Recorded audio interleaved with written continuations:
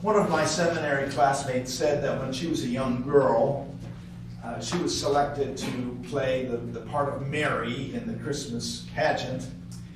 And she was thrilled to be to play the part of Mary. They told her, you don't have to say any lines. All you have to do is put on this blue cape, gown, and stand there.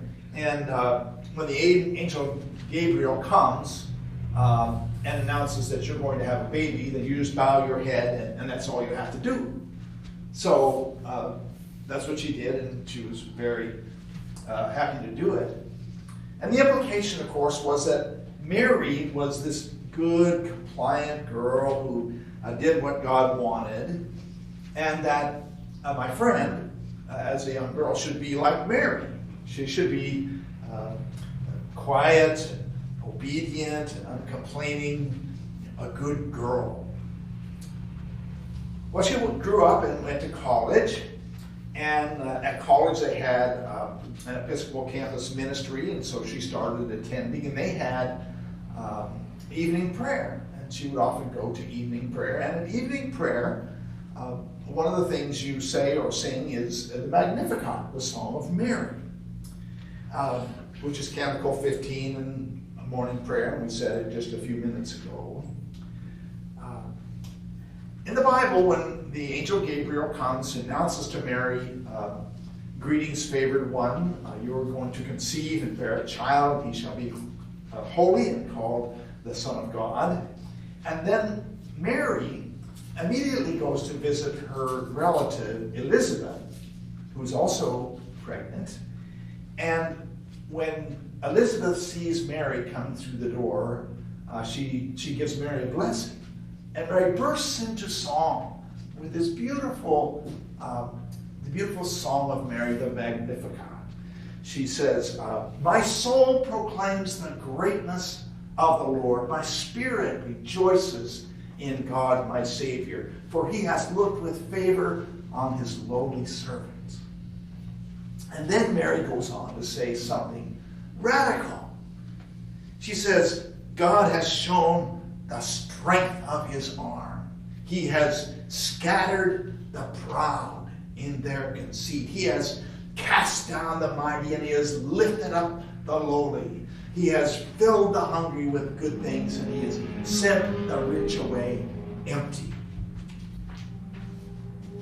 Oh, and my friend, sitting there in evening prayer, heard those lines. She got angry. She said, no one ever told me that Mary was a strong woman. No one ever told me that Mary was a radical. God has scattered the proud in their conceit. He has cast down the mighty from their thrones. He has sent the rich away empty. These are revolutionary words. Mary isn't passive or docile. She's turning the world upside down.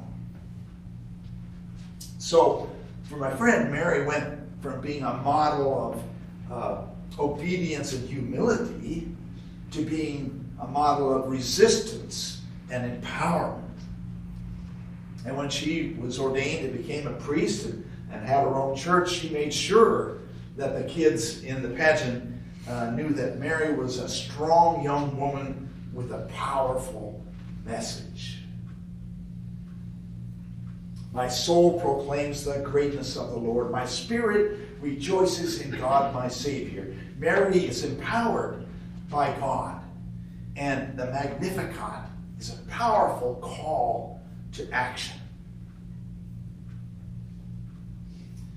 One of the heroes in the Episcopal Church is Jonathan Myrick Daniels. In March of 1965, he was a seminarian in Cambridge, Massachusetts at an Episcopal seminary. And on March 7th, he and his friends heard the news about the Civil Rights March from Selma to Montgomery, Alabama, that was in the news. And they heard about how when the protesters tried to cross Edmund Pettus Bridge, the police came and club them and beat them viciously. And it was called Bloody Sunday because it was so violent. And the whole country was shocked by it. And Dr. Martin Luther King Jr. Put out a call for clergy across the nation to come to the South and help the civil rights protesters in their movement. Jonathan Daniels and his seminary friends heard that call, and they were galvanized by that call.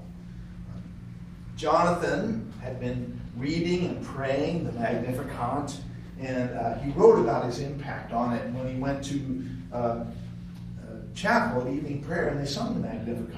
He said, "As I listened to the lovely hymn, I became peculiarly alert, listening carefully. And then it came. He has cast down the mighty from their thrones and lifted up the lowly. I knew then that I must go to Selma. The virgin song was to become more and more dear to me in the weeks ahead." So Jonathan and one of his seminary friends went to Selma, planning to help with the civil rights movement. And they planned to go for a few days and then come back to seminary. But when they got down there, they realized that they needed to spend more time there. And so they got permission from their professors to stay there until the end of the semester and come back for final exams, which they did. And they were in Cambridge for a while, and Jonathan felt the call to come back to Alabama and help more in the summer. So in July, he returned, and in August, he was assigned to this small town called Fort Deposit, Alabama, and he met other people there, including a young Roman Catholic priest named Richard Morrisroe. And they went to this little town, and even though the Civil Rights Act had been passed and stores were not supposed to be segregated, none of the shopkeepers there would allow blacks in their stores. So about 30 young black people and Jonathan and Father Morrisroe decided to have a demonstration. And they did, and they got arrested and thrown in jail. And they were there for 6 days in these very small, dirty cells. It was 100 degrees, sweltering, and after 6 days, the police opened the doors and said, "You're free to go." Well, there's a long ways from anywhere, and they had to wait quite a while for someone to come and pick them up. And they decided they would like to have something cold to drink. So they decided that 4 of the group would go to a store a block or 2 away and get some pop and come back. It was Jonathan Daniels and Father Morrisroe and 2 young girls, including one whose name was Ruby Sales. And so they went to the store, but before they got to the door, a man named Tom Coleman came out. He was a local construction worker and a part-time deputy at the sheriff's department. And he said, "Get the hell out of here or you'll be shot." And he raised the shotgun, and Jonathan Daniels pushed aside Ruby Sales, who was in the way, and he took the full blast of the shotgun, and he was killed immediately. Father Morrisroe took the other girl and ran, but he was shot in the back. He survived, but after 10 hours of surgery and a crippling injury.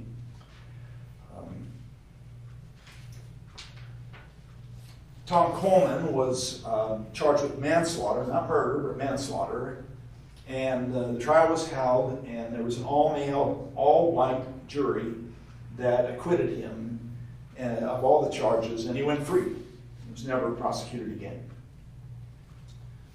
Well, Jonathan Daniels' death helped wake up the country to the rampant discrimination in the South and the violence that was happening against the protesters. And in the Episcopal Church, his death helped stir up complacent congregations and help them become more outspoken for civil rights. And in 1991, he was added to the church calendar of lesser feasts and fasts.